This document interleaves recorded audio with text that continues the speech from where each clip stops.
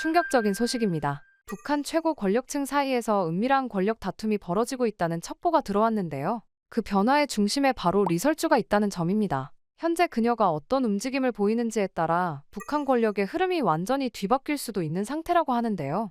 오늘의 사연자분이 전해준 극비 정보를 토대로 뉴스에서도 공개되지 않은 오늘의 이야기 지금부터 전해드립니다. 안녕하세요. 저는 탈북민 박영진이라고 합니다. 한때 리설주의 경호원으로 일을 했었죠. 물론 제 인생을 완전히 바꾸게 될 소식을 듣기 전까지는 말이죠. 박영진, 너는 이제부터 존경하는 리설주 여사의 개인 경호원이 된다. 이후 처음 리설주를 만났을 때의 긴장감은 아직도 생생합니다. 눈빛에서는 강인함이 느껴졌죠. 새로운 경호원이군요. 잘 부탁합니다. 첫 만남에서 그녀가 한 말은 이게 전부였습니다. 짧고 단순했지만 그 목소리에는 위험이 깃들어 있었죠. 저는 그녀의 일정표를 외우고 이동 경로를 확인하고 만약의 상황을 대비해 대피 계획까지 세웠습니다. 그녀의 일거수일투족을 지켜보는 것이 제 임무였죠. 처음에는 이 일이 자랑스러웠습니다. 북한 최고 지도자의 부인을 경호한다는 것, 그것은 엄청난 영광이었으니까요. 하지만 시간이 지날수록 리설주의 일상을 가까이서 지켜보면서 저는 북한 권력층의 실상을 점점 깨닫게 됐습니다. 한 번은 리설주가 외국 방문 후 가져온 명품 가방들을 정리하는 모습을 본 적이 있습니다. 그 가방 하나의 가격이 보통 북한 주민의 평생 수입보다 비쌌을 거예요. 북한에서 상상도 할 수 없는 브랜드들이 줄줄이 나오더군요. 심지어 그녀는 그 물품들이 더 이상 필요 없다며 버리기까지 했어요. 그날 밤, 저는 어린 시절 굶주림에 시달리던 이웃집 아이들을 떠올렸습니다. 그들에겐 먹을 것 하나 없었는데 이곳에선 명품 가방이 넘쳐났죠. 하지만 이건 시작일 뿐이었습니다. 어느 날 리설주가 갑자기 평양 외곽의 농촌 지역을 방문하기로 한 날이 있었어요. 그리고 저는 그날 완전히 충격을 받고 말았습니다. 그 마을에 도착하기 전 모든 것이 마치 연극 무대처럼 모든 것이 준비되어 있었거든요. 깨끗한 거리, 웃고 있는 주민들, 풍성한 시장, 마치 평양을 연상시키는 모습이었어요. 하지만 그것은 모두 가짜였습니다. 저는 이미 그 마을을 가본 적이 있었거든요. 물론 저는 그때까지만 해도 몰랐습니다. 이 모든 것이 제 인생을 완전히 뒤바꿔 놓을 거대한 폭풍의 전조라는 것을 말이죠. 북한 권력층의 실상을 깨닫기 시작한 그때 더 위험한 움직임이 권력 내부에서 일어나고 있었습니다. 김정은의 여동생 김여정이 실질적인 2인자로 자리 잡고 있었죠. 그녀는 단순한 여동생이 아니었습니다. 모든 공식 행사에서 김정은의 그림자처럼 따라다니며 중요한 결정에 직접 관여했습니다. 그녀의 한마디에 고위 간부들이 떨었고 그녀의 눈빛만으로 누군가의 운명이 결정됐습니다. 하지만 어느 날 예상치 못한 변화가 일어났습니다. 김정은이 자신의 어린 딸 김주애를 공식 석상에 등장시킨 것입니다. 그날 저는 행사장 구석에서 리설주를 경호하고 있었습니다. 갑작스러운 김주애의 등장에 모든 간부들의 얼굴이 굳어졌습니다. 특히 김여정의 눈빛이 순간 차갑게 빛났습니다. 마치 독사가 먹이를 노려보는 것처럼요. 김주애의 등장은 북한 내부의 지진처럼 충격을 주었습니다. 그 후 김주애는 핵미사일 발사장과 군부대를 방문하기 시작했고 매번 김정은은 딸의 손을 꼭 잡고 백두혈통의 후계자라는 단어를 의도적으로 흘렸습니다. 귓속말처럼 번져나간 이 말은 곧 모든 권력층의 입에서 오갔습니다. 김정은의 직계 혈통이 김여정보다 낫다. 이 말은 독약과도 같았습니다. 특히 김여정에게는 말이죠. 고위 간부들은 빠르게 줄을 서기 시작했습니다. 어느 쪽이 승리할 것인가? 누구의 편에 서야 살아남을 수 있을까? 숨막히는 계산이 시작됐습니다. 매일 밤, 저는 김주애의 방 앞을 지키며 변화를 감지했습니다. 리설주는 이전과 달리 딸을 절대 혼자 두지 않았습니다. 식사 시간에는 직접 음식을 맛보았고 취침 전에는 방을 세심하게 확인했습니다. 그녀의 눈빛에서 불안과 경계심이 번뜩였습니다. 마치 언제 덮칠지 모르는 위험을 예감하는 듯했죠. 한편 김여정의 행동도 달라졌습니다. 공식 행사에서 그녀의 자리는 조금씩 뒤로 밀려났지만 그녀의 영향력은 오히려 그림자처럼 더 깊숙이 침투했습니다. 그녀가 지나갈 때면 복도가 갑자기 조용해졌고 그녀의 눈길이 닿은 사람은 긴장으로 굳어버렸습니다. 특히 김주애를 바라볼 때면 그녀의 눈에서 차가운 불꽃이 일었습니다. 어느 밤 리설주의 집무실 앞에서 경계 근무를 서고 있을 때였습니다. 문틈으로 리설주와 김여정의 목소리가 새어나왔습니다. 처음에는 조용한 대화였지만 점점 목소리가 높아졌습니다. 갑자기 김주애를 그런 자리에 앉힐 생각은 하지도 마. 라는 김여정의 날카로운 목소리가 들렸습니다. 이어 무언가 깨지는 소리와 함께 문이 벌컥 열렸습니다. 김여정이 빠른 걸음으로 나왔습니다. 그녀의 얼굴은 분노로 일그러져 있었고 눈에서는 살기가 느껴졌습니다. 그녀가 지나갈 때 저는 숨을 죽였습니다. 그녀의 시선이 저에게 잠시 머물렀을 때 등줄기로 차가운 땀이 흘렀습니다. 리설주는 창백한 얼굴로 저를 불렀습니다. 그녀의 손이 미세하게 떨리고 있었습니다. 김주혜의 경호를 2배로 강화하세요. 음식, 물, 약품 모두 내가 확인하기 전에는 절대 접근시키지 마세요. 그리고 김여정과 가까운 사람들이 접근할 때는 즉시 보고하세요. 리설주의 목소리는 조용했지만 그 안에 담긴 공포는 명백했습니다. 그날 이후 저는 김주혜의 그림자처럼 붙어 다녔습니다. 24시간 내내 그녀의 주변을 경계했고 접근하는 모든 것을 의심했습니다. 어느 순간부터 저는 음식을 가져오는 하인들의 손길까지 주시했고 김주혜가 마시는 물조차 먼저 확인했습니다. 내부는 점점 더 두 진영으로 나뉘었습니다. 김여정파와 리설주파. 이전에는 함께 웃던 사람들이 이제는 서로를 경계했습니다. 복도에서 마주치면 시선을 피했고 대화는 최소한으로 줄었습니다. 마치 전쟁을 앞둔 듯한 긴장감이 모든 곳을 감쌌습니다. 김여정은 더 자주 김정은을 단독으로 만났습니다. 그들의 회의가 있을 때마다 리설주의 얼굴은 창백해졌고 밤에는 잠을 이루지 못했습니다. 하지만 리설주도 필사적으로 움직였습니다. 김주혜를 더 많은 공식 행사에 데려가며 사람들의 눈에 익숙해지게 했고 특히 군부대 방문을 늘려 군부의 지지를 얻으려 했습니다. 저는 이 모든 상황 속에서 숨막히는 긴장감을 느꼈습니다. 북한의 권력 다툼은 언제나 피로 끝났기 때문입니다. 누군가는 사라지고 누군가는 죽음을 맞이할 것입니다. 그리고 그 과정에서 저 같은 사람들도 언제든 희생될 수 있었죠. 하지만 저는 말할 수 없었습니다. 단 한마디의 의심, 한 번의 동요가 목숨을 앗아갈 수 있었으니까요. 그저 긴장된 표정을 감추고 모든 것을 지켜볼 뿐이었습니다. 그 긴장된 분위기 속에서 어느 날 김정은이 해외 순방을 떠났습니다. 2주간의 일정이었습니다. 그가 떠난 바로 다음 날부터 이상한 변화가 감지되기 시작했습니다. 경호팀 내부에서부터 조금씩 균열이 생기기 시작한 것입니다. 오랫동안 함께 근무했던 김수혁 대원이 갑자기 보이지 않았습니다. 그의 자리에는 낯선 얼굴이 있었죠. 보위부에서 파견되었다는 새로운 경호원. 그의 눈빛은 경호원이라기보다 감시자에 가까웠습니다. 며칠 후 또 다른 동료 최진우 대원도 사라졌습니다. 그의 빈자리에도 역시 보위부 출신 요원이 들어왔죠. 김정은의 부재 일주일 만에 우리 경호팀의 절반이 바뀌었습니다. 표면적으로는 경호 강화 조치라는 명목이었습니다.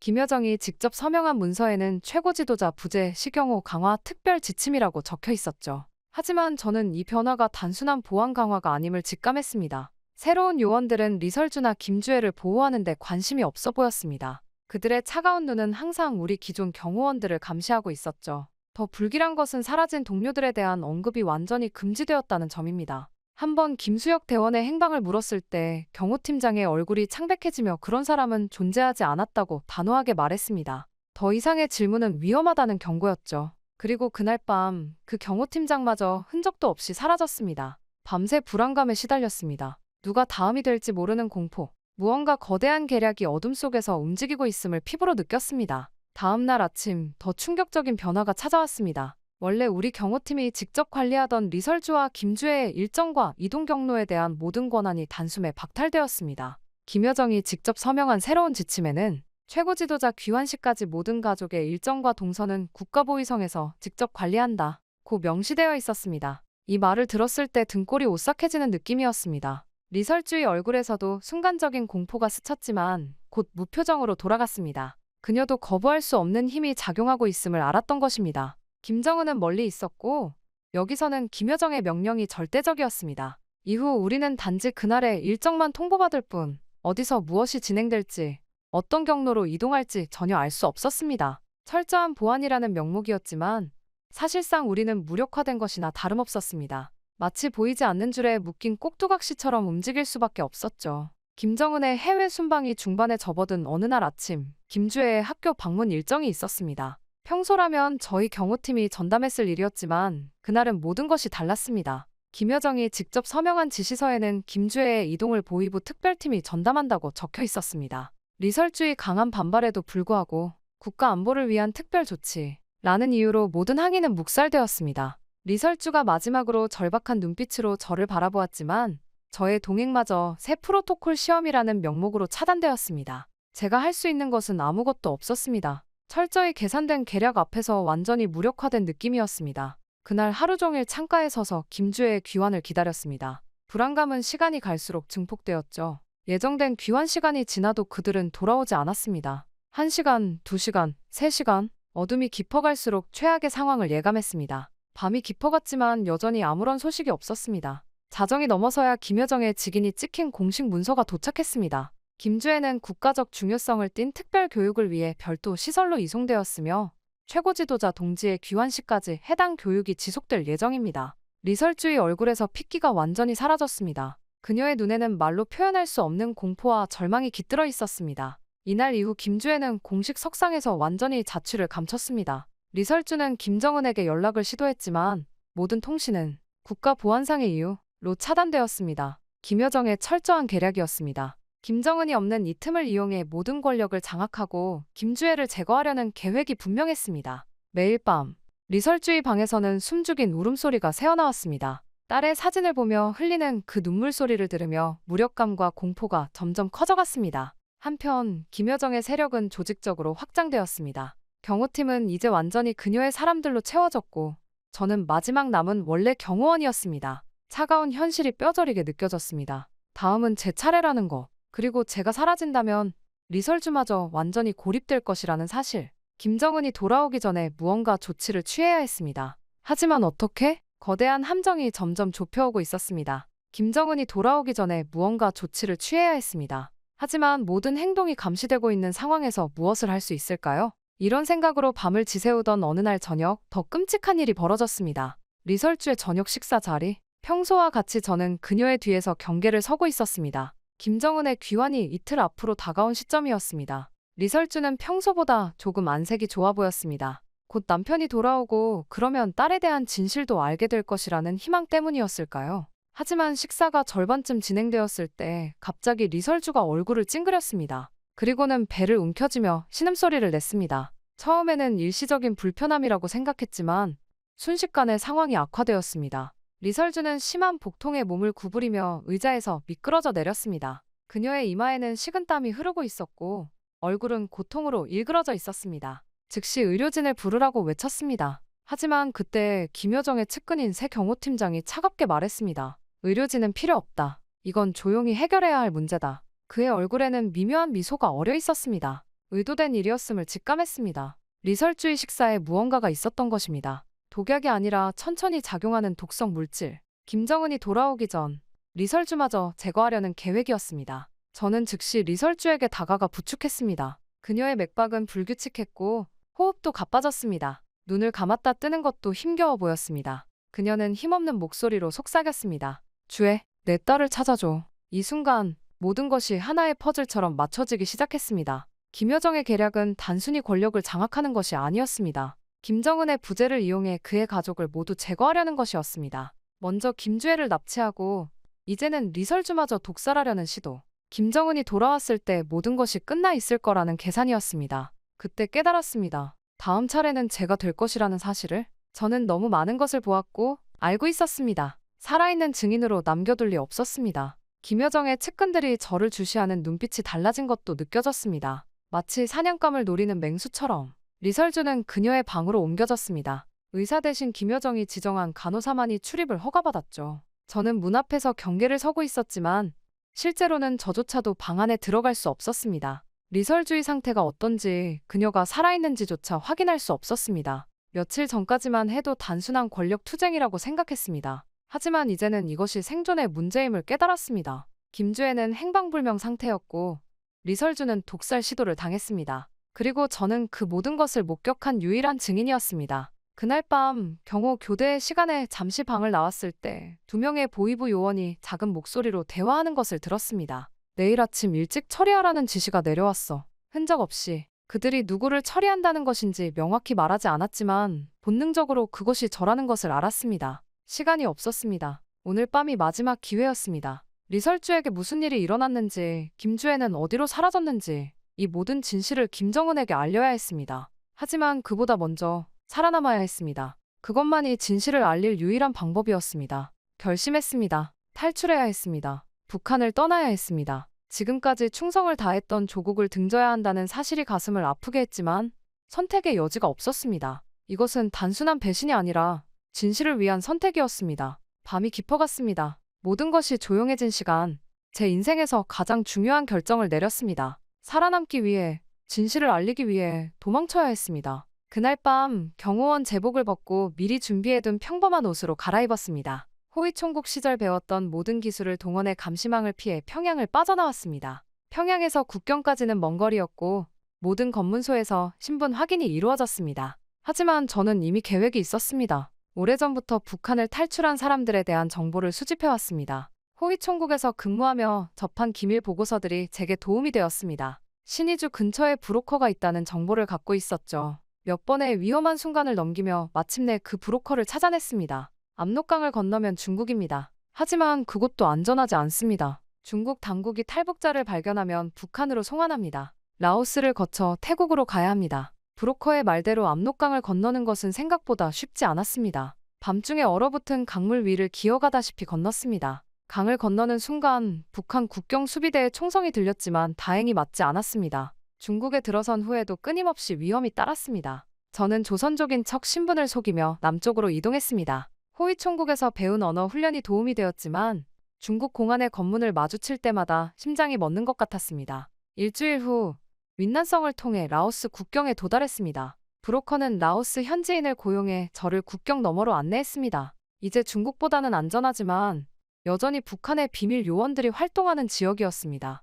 라오스의 밀림으로 들어서자 더위와 습기가 저를 덮쳤습니다. 평양의 차가운 공기에 익숙했던 제게는 견디기 힘든 환경이었습니다. 하루 종일 걷고 또 걸었습니다. 브로커는 태국 국경까지 저를 데려다 준다고 약속했습니다. 그러나 셋째 날 아침, 충격적인 상황이 벌어졌습니다. 눈을 떠보니 브로커가 사라진 것입니다. 모든 식량과 물, 지도까지 가져간 채로요. 저는 한순간 모든 것을 잃은 채 라오스 밀림 한가운데 홀로 남겨졌습니다. 방향 감각을 완전히 잃은 채 무작정 걸었습니다. 밀림의 과일과 식물로 굶주림을 달랬지만 무엇이 독이 있는지 몰라 조심스러웠습니다. 갈증은 더 끔찍했습니다. 비가 내려 고인 물을 마시다가 심한 복통을 겪기도 했습니다. 사흘 동안 제대로 먹지도 못한 채 방황했습니다. 몸은 점점 약해졌고 의식도 흐릿해졌습니다. 죽음이 가까이 다가왔다고 느꼈을 때 멀리서 들려오는 자동차 소리를 들었습니다. 마지막 힘을 내어 소리를 향해 걸었고 마침내 도로를 발견했습니다. 그 도로 끝에는 태국 국경 검문소가 있었습니다.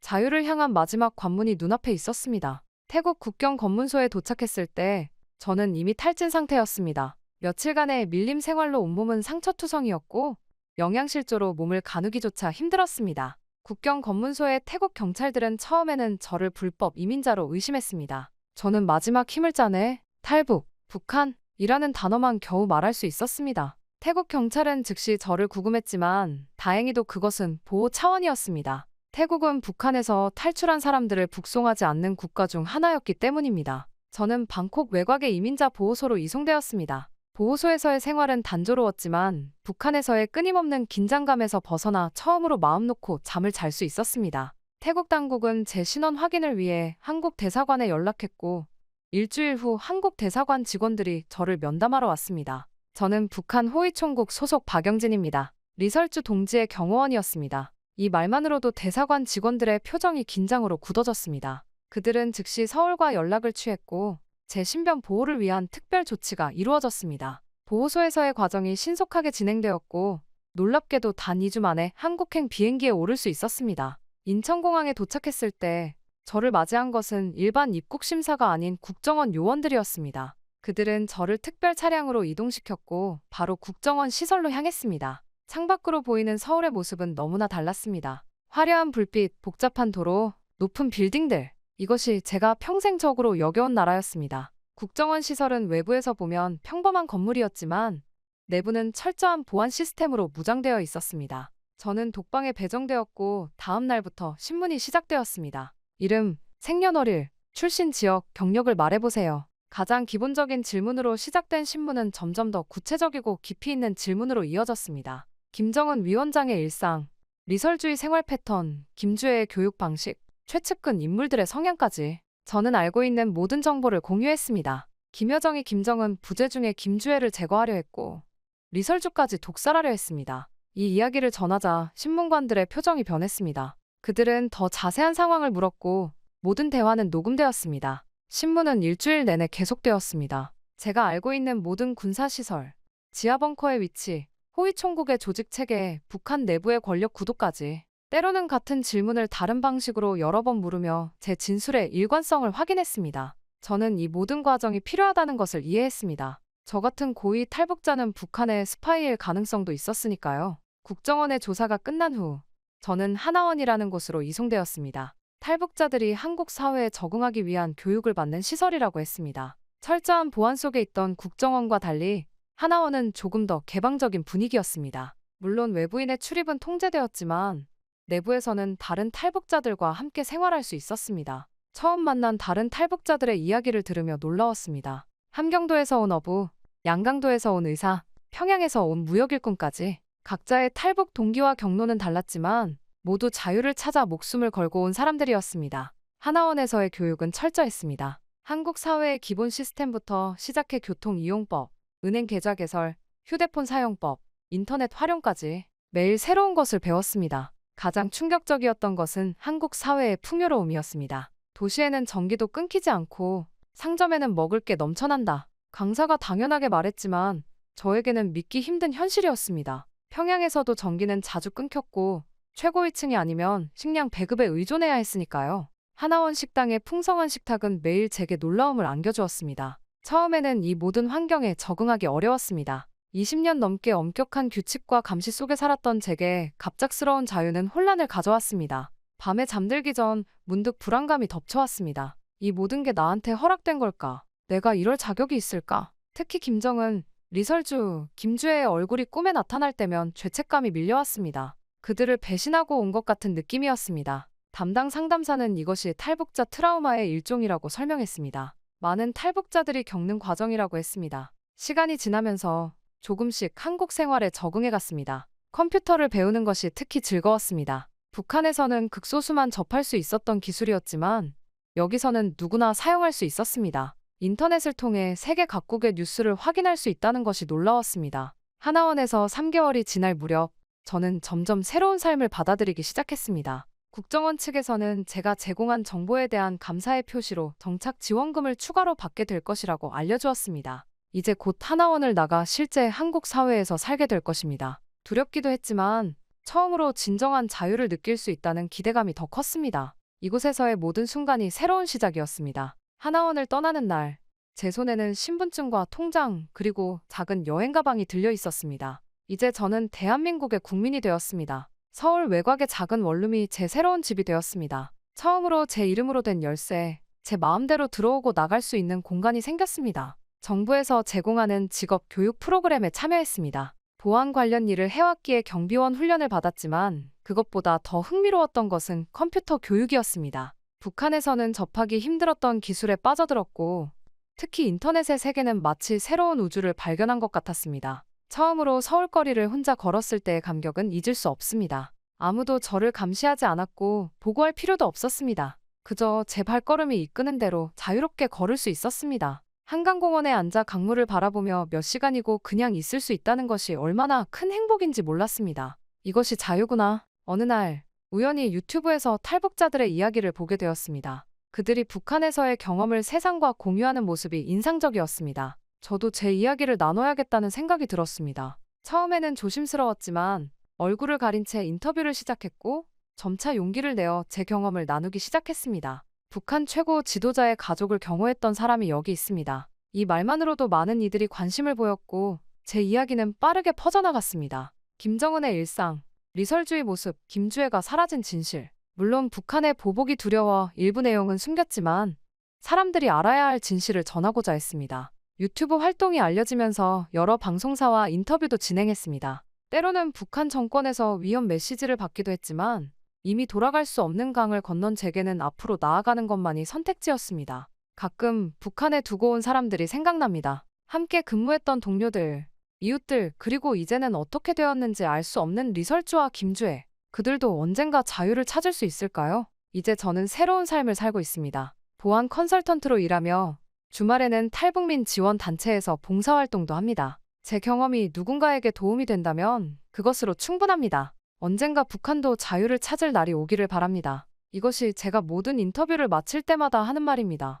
단순한 소망이 아닌 언젠가는 반드시 이루어져야 할 진실입니다. 북한에서 아나운서의 인기는 상상을 초월한다고 합니다. 심지어 최근에는 아나테이너라는 단어가 생길 만큼 아나운서의 역할이 더욱더 커져 그만큼 많은 여성들이 선망하는 직업이 되었다고 하는데요. 하지만 화려한 겉모습과 달리 이들의 현실은 매우 충격적이라고 합니다. 성접대 강요와 끔찍할 정도의 사상교육 그리고 몸매 지적까지 매일이 지옥이라고 하죠. 오늘의 사연자분 또한 북한에서 끔찍한 일을 겪고 살기 위해 탈북을 했다고 하는데요. 대체 그녀에게 무슨 일이 있었던 건지 오늘의 사연 바로 시작합니다. 안녕하세요. 저는 탈북민 리에진이라고 합니다. 한때 북한 아나운서로 일을 한 적이 있었죠. 아직도 그날의 기억이 생생합니다. 아나운서가 된 날, 아버지는 눈시울을 붉히셨어요. 그날만큼은 저희 가족 모두가 행복에 젖어 있었습니다. 하지만 그때는 몰랐어요. 제가 맞닥뜨릴 현실이 얼마나 잔인할지, 그리고 그 행복이 얼마나 쉽게 무너질 수 있는지. 첫 방송을 앞두고 거울 앞에서 연습했던 순간이 떠오르네요. 수십 번, 아니 수백 번을 같은 문장을 반복했죠. 특히 최고 지도자님이라는 단어만 나오면 심장이 쿵쾅거렸습니다. 그리고 제 불안은 현실이 됐어요. 첫 방송에서 최고 지도자님이라는 단어를 발음할 때 살짝 더듬고 말았거든요. 그날 저녁 사상교육을 받았습니다. 하지만 이건 시작에 불과했어요. 진짜 고통은 그 이후에 찾아왔죠. 어느 날 갑자기 시작된 간부들의 술자리 접대 요구. 예진 동무, 오늘 저녁에 시간 좀 내주게. 중요한 손님들이 오시는데 자네가 좋은 인상을 심어줘야 하네. 이 말이 들리면 온몸이 굳어버렸어요. 심장이 멎는 것 같았죠. 하지만 곧 그런 거절이 얼마나 위험한 선택인지 알았기에 거부란 있을 수 없는 일이었어요. 같은 방송국의 김미란 선배의 모습을 보았거든요. 미란 언니는 제가 가장 존경하던 아나운서였어요. 당당하고 프로페셔널한 모습이 정말 멋있었습니다. 그런 미란 언니는 간부들의 접대 요구를 단호하게 거절했어요.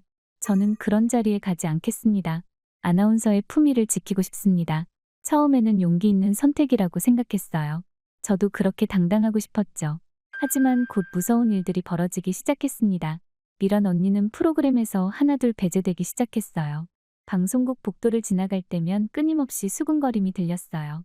사상이 불순하다더라. 당에 대한 충성심이 부족한 여자야. 예전에는 미란 언니를 존경한다며 따르던 후배들도 이제는 모른 척 고개를 돌렸죠. 결국 미란 언니는 불명예 퇴직이라는 소문만 남긴 채 사라졌습니다. 그 모습을 지켜보며 공포가 엄습했어요.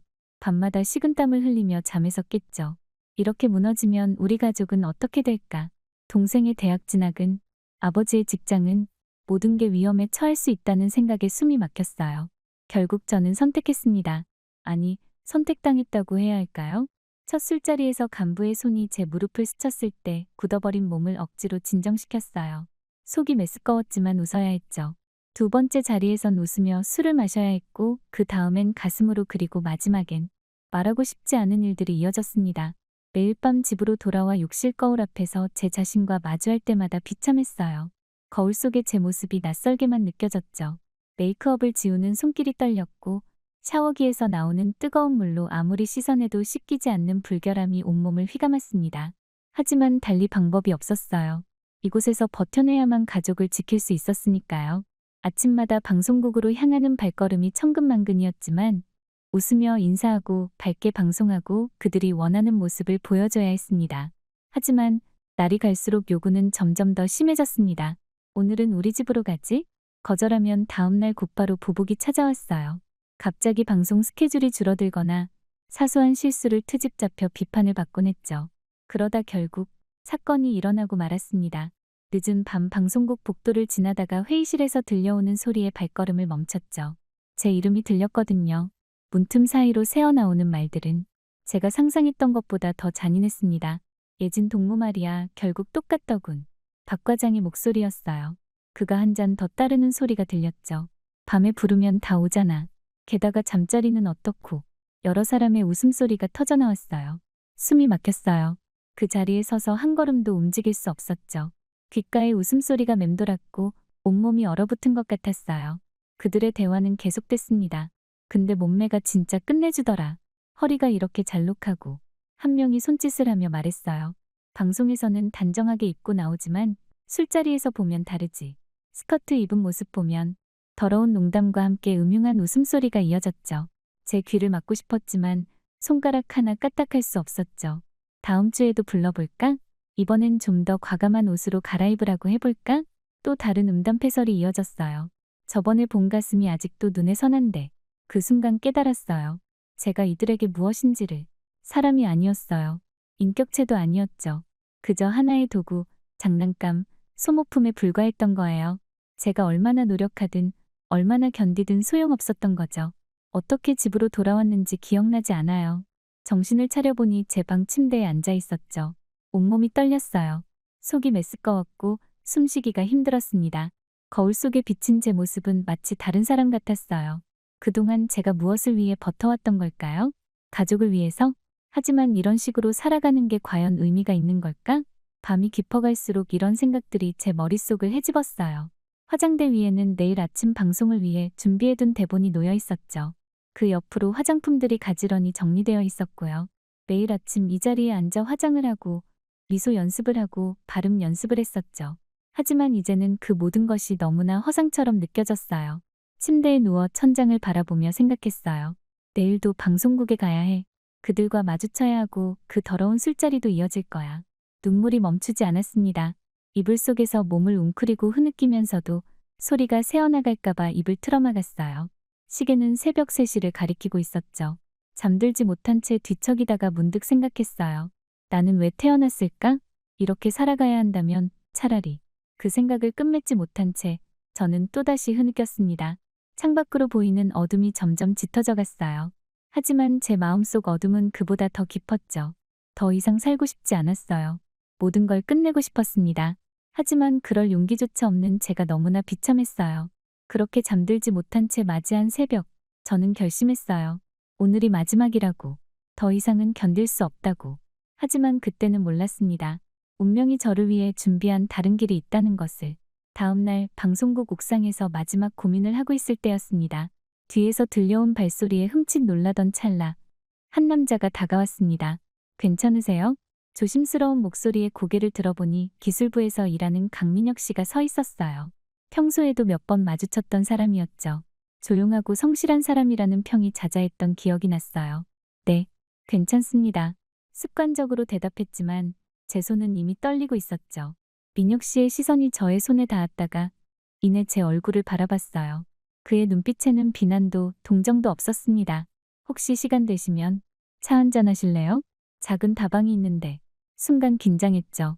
또 다른 함정일까봐 겁이 났어요. 하지만 민혁 씨의 눈빛은 달랐습니다. 그동안 마주했던 남자들의 탐욕스러운 시선과는 전혀 달랐어요. 걱정 마세요. 그냥 누군가와 이야기를 나누고 싶어서요. 그의 진심 어린 말투에 마음이 조금 놓였어요. 그래도 여전히 경계하면서 다방으로 따라갔죠.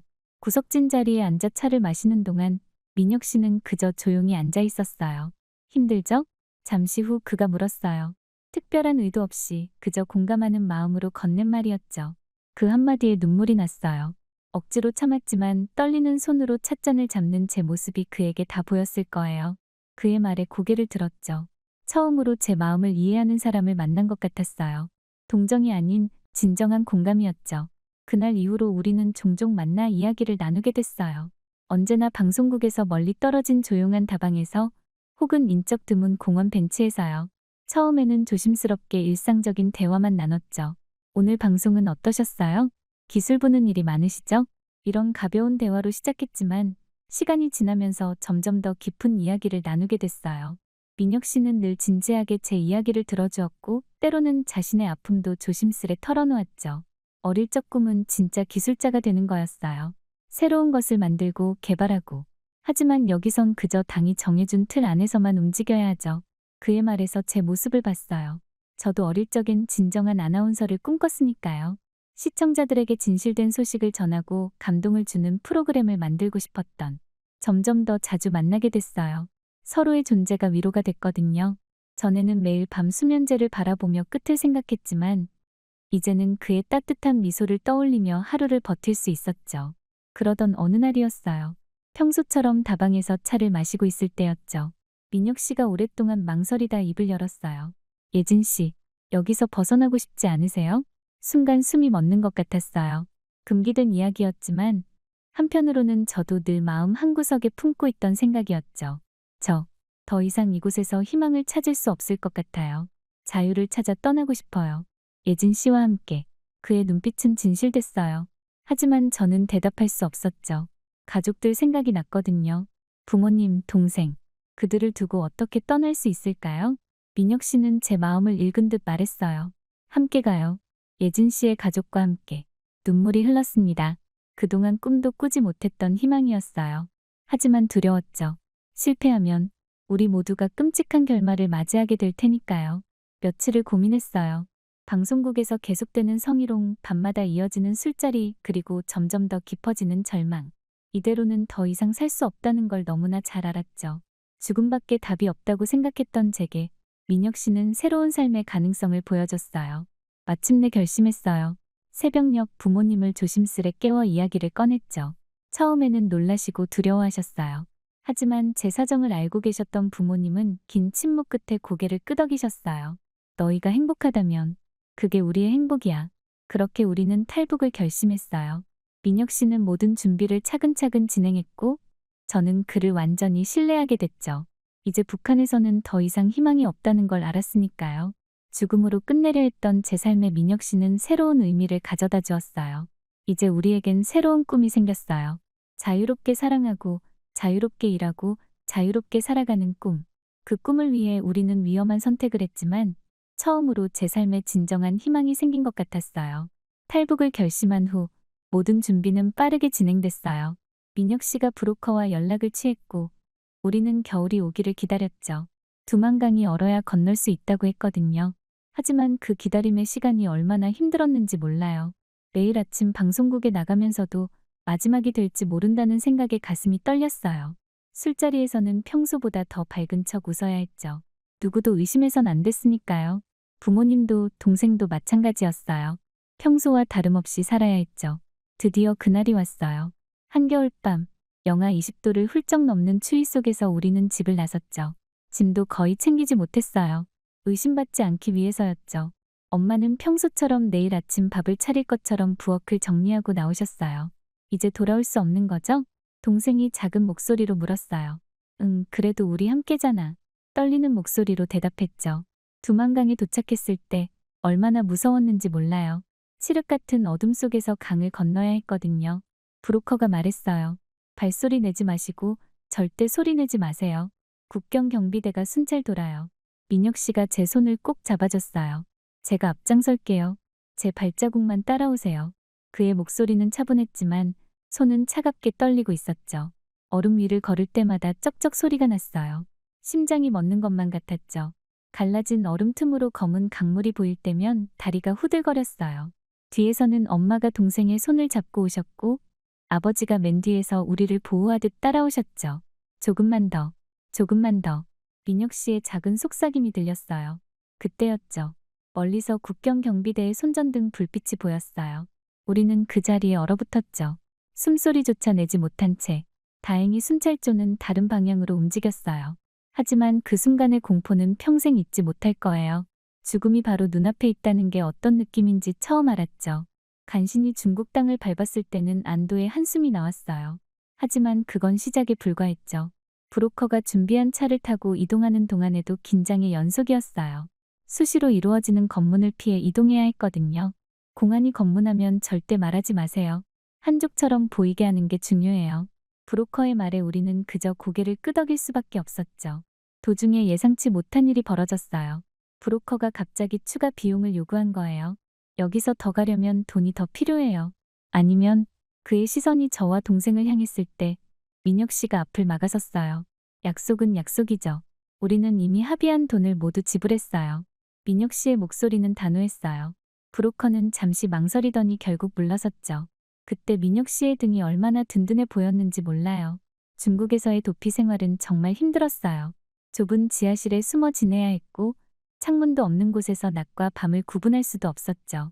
탈북 여성들이 인신매매되는 이야기를 들을 때면 온몸이 떨렸어요. 절대 혼자 다니지 마세요. 민혁 씨는 늘 제 곁을 지켰어요. 화장실을 가더라도 같이 가주었고 음식을 구하러 갈 때도 절대 우리를 홀로 두지 않았죠. 가족을 보호하기 위해 잠도 제대로 자지 못하는 그를 보며 마음이 아팠어요. 민혁 씨, 좀 쉬세요. 괜찮아요. 제가 지켜야 할 사람들이 있으니까요. 라오스로 가는 길은 더욱 험난했어요. 산길을 따라 걸어야 했는데 뱀이나 벌레들과 마주치기 일쑤였죠. 엄마는 발목을 삐끗하셨고 동생은 열이 나기 시작했어요. 그때마다 민혁 씨는 우리를 다독이며 힘을 주었죠. 조금만 더 참으세요. 이제 얼마 안 남았어요. 태국 국경에 거의 다다랐을 때였어요. 갑자기 총소리가 들렸죠. 국경 수비대였나 봐요. 우리는 숲속에 엎드려야 했어요. 땅바닥의 축축함과 벌레들이 신경 쓰였지만 숨소리조차 내지 못했죠. 움직이지 마세요. 민혁 씨가 저를 감싸 안았어요. 그의 심장 소리가 크게 들렸죠. 두려움에 떨고 있으면서도 저희를 지키려 애쓰는 모습이 너무나 사랑스러웠어요. 마침내 태국에 도착했을 때는 모두가 지칠 대로 지쳐 있었어요. 하지만 이제 마지막이었죠. 태국 경찰에 자수하면 한국으로 갈 수 있다고 했으니까요. 이제 다 끝났어요. 민혁 씨가 말했어요. 아니요, 이제 시작이에요. 제가 대답했죠. 경찰서로 걸어가는 동안 지난 시간이 주마등처럼 스쳐 지나갔어요. 두만강의 차가운 얼음, 중국에서의 숨막히는 나날들, 라오스의 험난한 산길. 그 모든 순간을 견딜 수 있었던 건 곁에 민혁 씨가 있었기 때문이에요. 경찰서 문 앞에 서서 마지막으로 민혁 씨를 바라봤어요. 그의 눈에도 눈물이 고여 있었죠. 우리는 손을 꼭 잡았어요. 이제 정말로 새로운 삶을 시작할 수 있다는 희망과 여기까지 오는 동안 서로를 지켜준 사랑이 가득 담긴 손길이었죠. 그렇게 우리는 경찰서 안으로 들어섰어요. 이제 한국으로 가는 절차가 시작될 거라고 했죠. 새로운 삶을 향한 첫걸음이었어요. 태국에서의 절차를 마치고 한국행 비행기에 오르던 날, 창밖에 구름을 보며 실감이 나지 않았어요. 정말 자유를 찾아가고 있다는 게 마치 꿈만 같았죠. 그리고 마침내 인천공항에 도착했을 때 쏟아지는 불빛과 수많은 사람들의 모습에 눈이 부셨어요. 북한에서는 상상도 못했던 풍경이었죠. 하지만 그것도 잠시, 우리는 곧바로 국정원으로 이송됐어요. 이제부터 철저한 조사가 진행될 겁니다. 담당자의 말에 긴장이 됐죠. 북한에서의 생활, 탈북 과정, 가족 관계, 모든 것을 하나하나 질문받았어요. 때로는 같은 질문을 다른 방식으로 여러 번 받기도 했고요. 북한에서는 어떤 일을 하셨나요? 질문을 들을 때마다 과거의 기억이 떠올라 가슴이 아팠어요. 하지만 이제는 달랐죠. 더 이상 그 고통스러운 현실로 돌아가지 않아도 된다는 사실이 저를 강하게 만들었어요. 조사는 생각보다 오래 걸렸어요. 매일 다른 조사관들이 번갈아가며 질문했고 우리 가족 모두 개별적으로 조사를 받았죠. 특히 민혁 씨와 저의 관계에 대해서도 꼼꼼히 물었어요. 강민혁 씨를 언제 처음 만나셨죠? 탈북을 결심하게 된 계기는 무엇인가요? 북한에 남아있는 다른 가족은 없나요? 모든 질문에 진실되게 답했어요. 이제는 더 이상 숨기거나 거짓말할 필요가 없었으니까요. 그리고 마침내 조사가 끝났다는 발표를 들었을 때 안도의 한숨이 나왔죠. 하나원으로 이송되던 날 버스 창밖으로 보이는 한국의 풍경이 신기하기만 했어요. 깨끗하게 포장된 도로, 높이 솟은 빌딩들, 화려한 간판들, 모든 게 새로웠죠. 하나원에서의 생활은 마치 학교로 돌아간 것 같았어요. 매일 새로운 것들을 배웠죠. 한국의 정치 제도, 경제 시스템, 사회 문화, 심지어 ATM 기계 사용법이나 지하철 타는 법까지 하나하나 배워야 했어요. 여기서는 모든 걸 스스로 선택하고 결정해야 해요. 담당 선생님의 말씀이 아직도 생생해요. 북한에서는 상상도 못했던 자유였죠. 처음에는 그 자유가 오히려 부담스럽게 느껴지기도 했어요. 어떤 음식을 드시고 싶으세요? 식당에서 메뉴를 고르라는 질문에도 한참을 망설였죠. 북한에서는 그런 선택권이 없었으니까요. 민혁 씨는 저보다 빨리 적응해 나갔어요. 기술직이다 보니 컴퓨터나 기계를 다루는데 익숙했던 게 도움이 된 것 같아요. 자주 만날 순 없었지만 가끔 만날 때마다 그의 눈빛이 점점 밝아지는 게 보였죠. 이제 우리가 꿈꾸던 자유가 눈앞에 있어요. 민혁 씨의 말에 가슴이 뭉클했어요. 하나원에서의 교육이 진행될수록 점점 더 많은 것들을 깨달았어요. 북한에서 우리가 얼마나 억압된 삶을 살았는지, 진정한 자유가 무엇인지를 때로는 울면서 밤을 지새우기도 했죠. 특히 인권 교육을 받을 때가 가장 힘들었어요. 북한에서 제가 겪었던 일들이 얼마나 잘못된 것이었는지 새삼 깨달았거든요. 방송국에서의 성희롱, 강요된 접대, 인격 모독, 그 모든 것들이 명백한 인권 침해였다는 걸 배웠죠. 여러분은 이제 한 사람의 인간으로서 존중받을 권리가 있습니다. 선생님의 이 말씀을 들었을 때 눈물이 멈추지 않았어요. 북한에서는 감히 꿈꾸지도 못했던 말이었으니까요. 시간이 지날수록 조금씩 변화가 찾아왔어요. 거울 속에 제 모습이 달라지고 있었죠. 눈빛이 달라졌어요. 더 이상 두려움에 찬 눈빛이 아닌 희망을 품은 눈빛으로 변해 있었죠. 부모님도 서서히 적응해 나가셨어요. 처음에는 매우 불안해하셨지만 하나원의 선생님들과 상담사들의 도움으로 차츰 안정을 찾으셨죠. 동생은 오히려 빨리 적응했어요. 젊은 세대다 보니 새로운 환경을 받아들이는 게 더 쉬웠나 봐요. 나 여기서 대학 가고 싶어. 동생의 말에 얼마나 감동했는지 몰라요. 북한에서는 꿈꾸기조차 힘들었던 일이었으니까요. 어느 날 밤 문득 깨달았어요. 제가 이 모든 과정을 견뎌낸 이유를 단순히 고통스러운 현실에서 도망치기 위해서가 아니었어요. 더 이상 거짓된 말을 하지 않기 위해서, 더 이상 누군가의 도구가 되지 않기 위해서, 그리고 무엇보다 진정한 자유를 찾기 위해서였죠. 이제는 아침에 일어나면서 두렵지 않아요. 더 이상 누군가의 눈치를 보며 살지 않아도 되고, 원하지 않는 일을 강요받지 않아도 돼요. 제 삶의 주인이 된다는 게 이런 느낌이구나. 처음으로 실감했죠. 하나원의 마지막 날, 수료식을 앞두고 거울 앞에 섰을 때였어요. 문득 북한에서 마지막으로 거울을 보던 날이 떠올랐어요. 그때는 죽음까지 생각했었는데, 이제는 달라졌어요. 거울 속에 비친 제 모습은 한 사람의 당당한 인간이었고, 자유를 찾은 영혼이었죠. 이제 시작이에요. 작게 중얼거렸어요. 네, 우리의 진짜 시작이죠. 옆에 선 민혁 씨가 따뜻하게 미소 지었어요. 자유는 단순히 속박에서 벗어나는 것이 아니었어요. 그것은 새로운 삶을 선택할 수 있는 권리이자 한 사람의 인간으로서 존엄성을 지킬 수 있는 기회였죠. 이제야 저는 진정한 의미의 자유를 알게 되었어요. 하나원을 수료하고 처음 한국 사회에 발을 내딛었을 때 많은 고민이 있었어요. 대부분의 탈북민들처럼 조용히 살아갈 수도 있었겠죠. 하지만 밤마다 잠들기 전 북한에서의 기억이 저를 괴롭혔어요. 아직도 그곳에는 수많은 여성들이 고통받고 있어. 새벽에 문득 떠오른 이 생각이 저를 뒤흔들었어요. 방송국에서 만났던 후배들의 얼굴이 떠올랐고, 아직도 거기서 술자리를 강요받고 있을 여성들을 떠올리면 가슴이 아팠죠. 민혁 씨와 처음 이 이야기를 꺼냈을 때였어요. 한강 공원을 산책하면서 조심스럽게 말을 꺼냈죠. 민혁 씨, 저 더 이상 숨어 살고 싶지 않아요. 제가 겪었던 일들, 그리고 지금도 북한에서 일어나고 있는 일들을 세상에 알리고 싶어요. 민혁 씨는 잠시 걸음을 멈추고 저를 바라봤어요. 북한의 실상을 알리고 싶으신 거죠? 네, 특히 여성들의 현실을요. 제가 겪었던 것처럼 지금도 수많은 여성들이 존엄성을 빼앗긴 채 살아가고 있잖아요. 그의 눈빛이 달라졌어요. 제가 처음 탈북을 결심했을 때처럼 진지한 눈빛이었죠. 위험할 수 있어요. 알아요. 하지만 이제는 더 이상 침묵하고 싶지 않아요. 제가 자유를 찾은 것처럼 그들에게도 희망이 있다는 걸 알려주고 싶어요. 민혁 씨는 잠시 생각하더니 따뜻하게 미소 지었어요. 당신 곁에서 돕겠습니다. 우리 함께해요. 그렇게 우리의 새로운 도전이 시작됐어요. 처음에는 작은 모임에서 제 이야기를 시작했죠. 북한 인권 단체들을 찾아가 제가 겪은 일들을 증언했고, 탈북민 지원 단체에서 상담 활동도 시작했어요. 특히 북한에서 온 여성들을 만날 때면 가슴이 먹먹해졌어요. 그들의 이야기 속에서 제 과거를 보는 것 같았거든요. 술자리 접대를 강요받았던 이야기, 성희롱에 시달렸던 이야기.